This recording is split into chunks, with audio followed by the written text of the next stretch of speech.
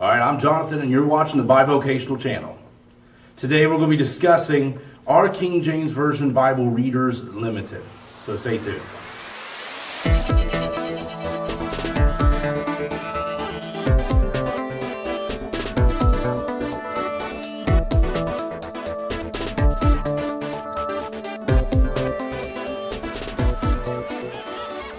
Alright, so I'm Jonathan and I'm on this KJV challenge. This is the second update that I'm giving you. I have now been using it for about 2.5 months. And I just want to kind of give you an update of where I'm at with it and kind of tell you about, kind of answer the question, are King James Version Bible Readers Limited, based off my reading thus far. So first off, I just want to tell you that I like it more and more that I read it. The more and more I read the King James, the more and more I like how the King James reads, and the more I enjoy the translation because I'm becoming more comfortable with the language. Now, I will tell you this, that in regards to our family devotions that I do with all my kids and my wife, we did go back to the MEV because my son's trying to follow along, and it was just a little too different or maybe archaic language for him to understand. So we did go back to the MEV for the family devotions, but I'm still on the KJV challenge and every other part of this challenge. But I want to answer this. So that basically gives you the update. I really like the translation. The more I'm using it, the more I get used to it, the more I like it. And in fact, I'm to the point now that when my son actually gets more comfortable reading and just in general, that I'm probably here in a couple years going to move him over to the King James or the KJV or something like that to really help keep on developing those skills for memorization and such. And so I just want to keep doing that.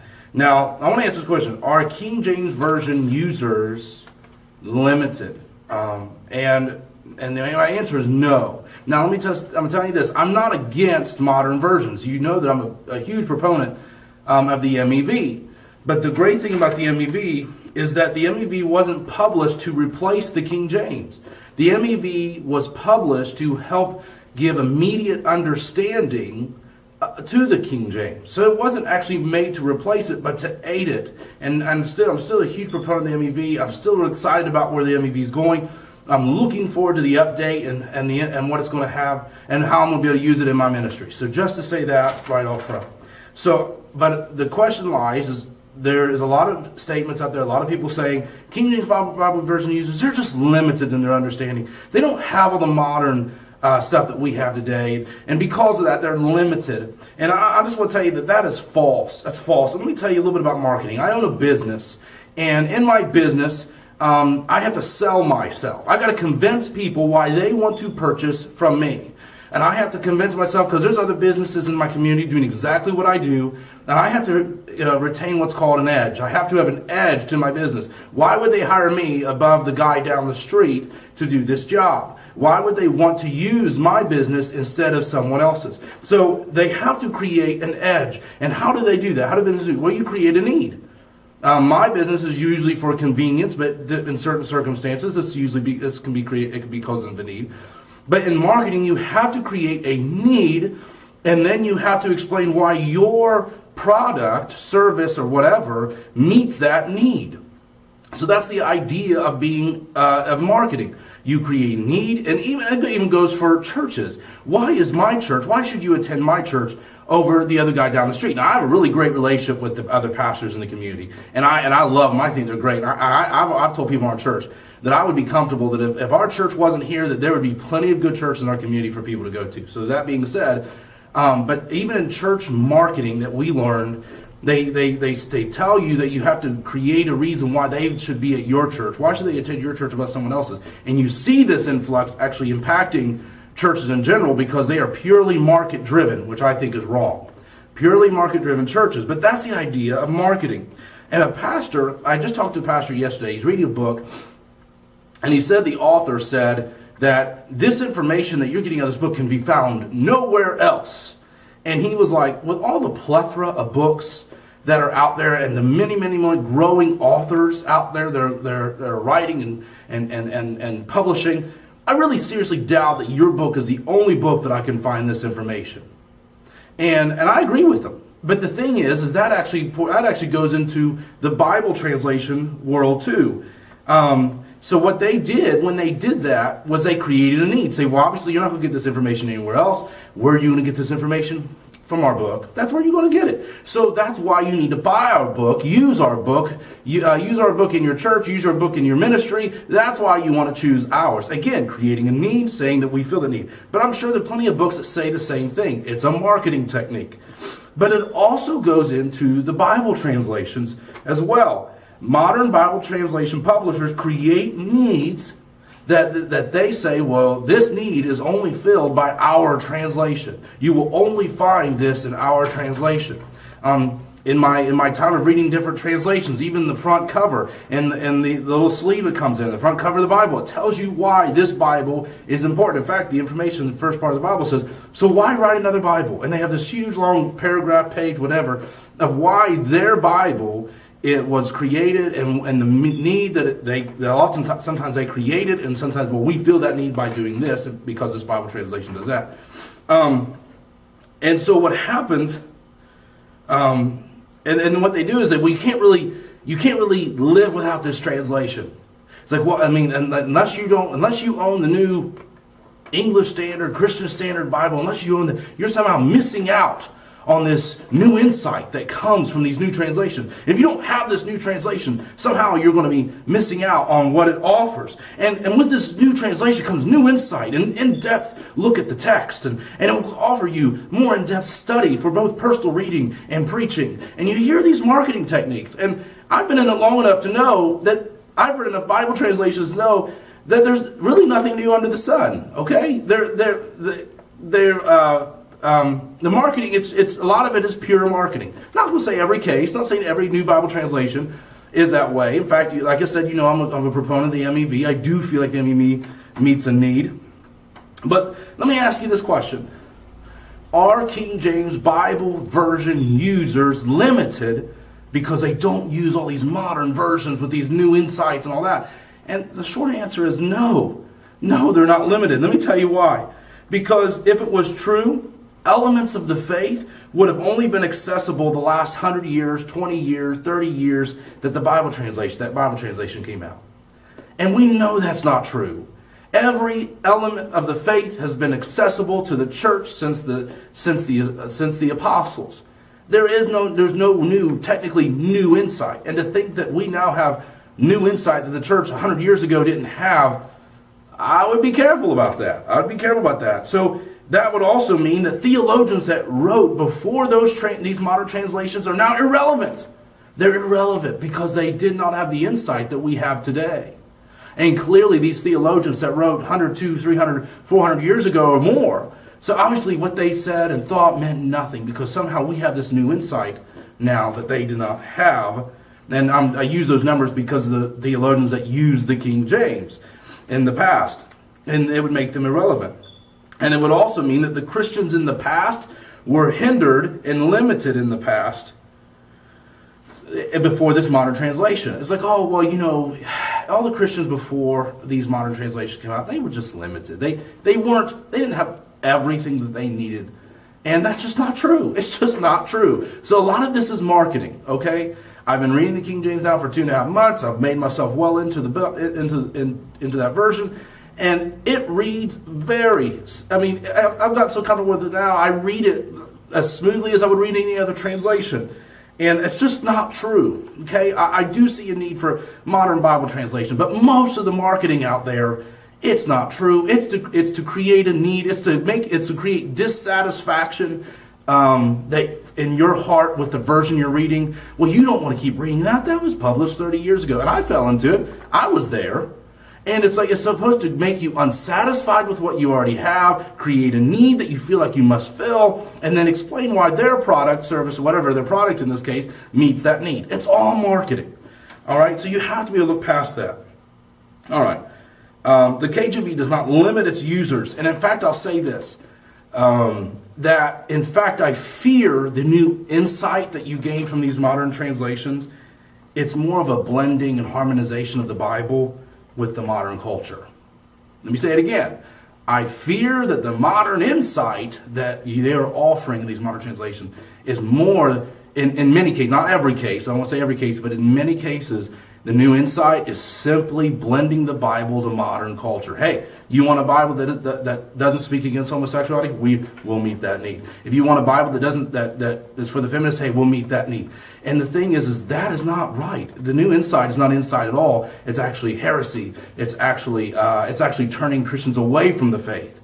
And so that's a fear. And I think the King Jamesers are right about that. I think they're right about that.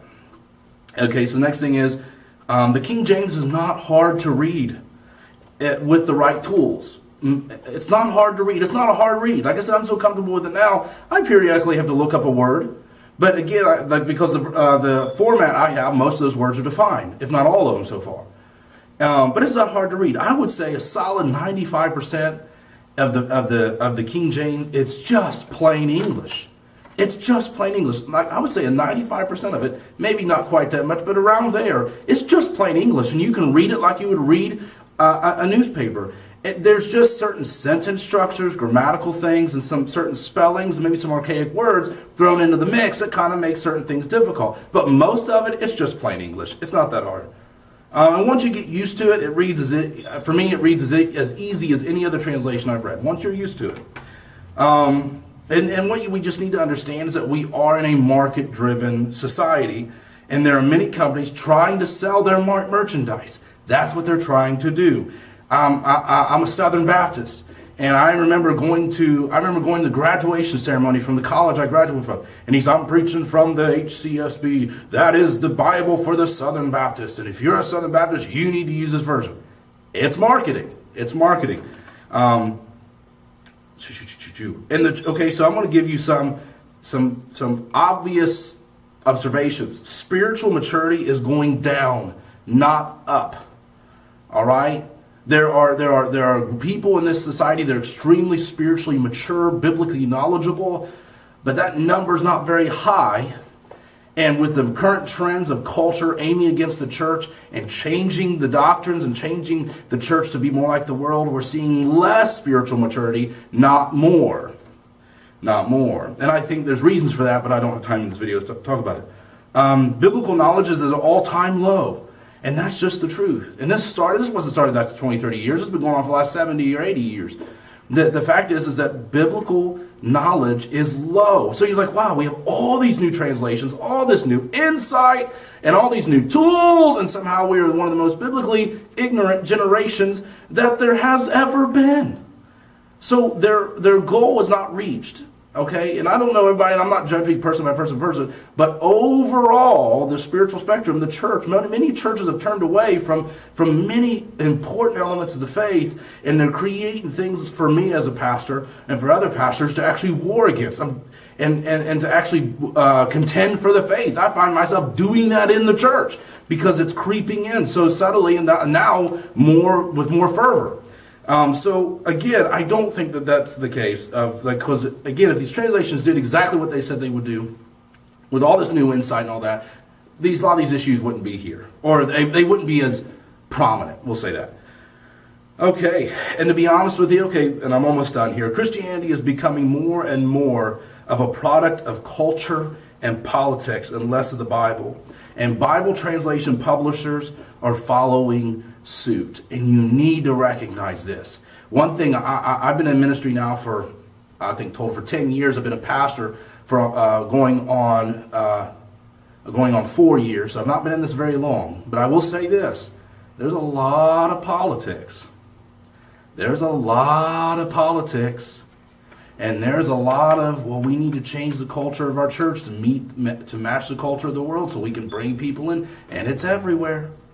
And pastors are put in a spot of a crossroads. Do I go with culture? And oftentimes do I go with Bible? And it's not a new trend. It goes with every generation because we either build idols of tradition or we build idols of complete turning away from the Lord. And those things are happening, and they're happening on both sides. You have the traditional world creating idols of tradition, worshiping buildings, names, services, rituals, and all that. And then you got the modern, and you got more modern thing, more liberal, changing the Bible to meet this. They form a God in their own image, and they try to say, well, that's the God.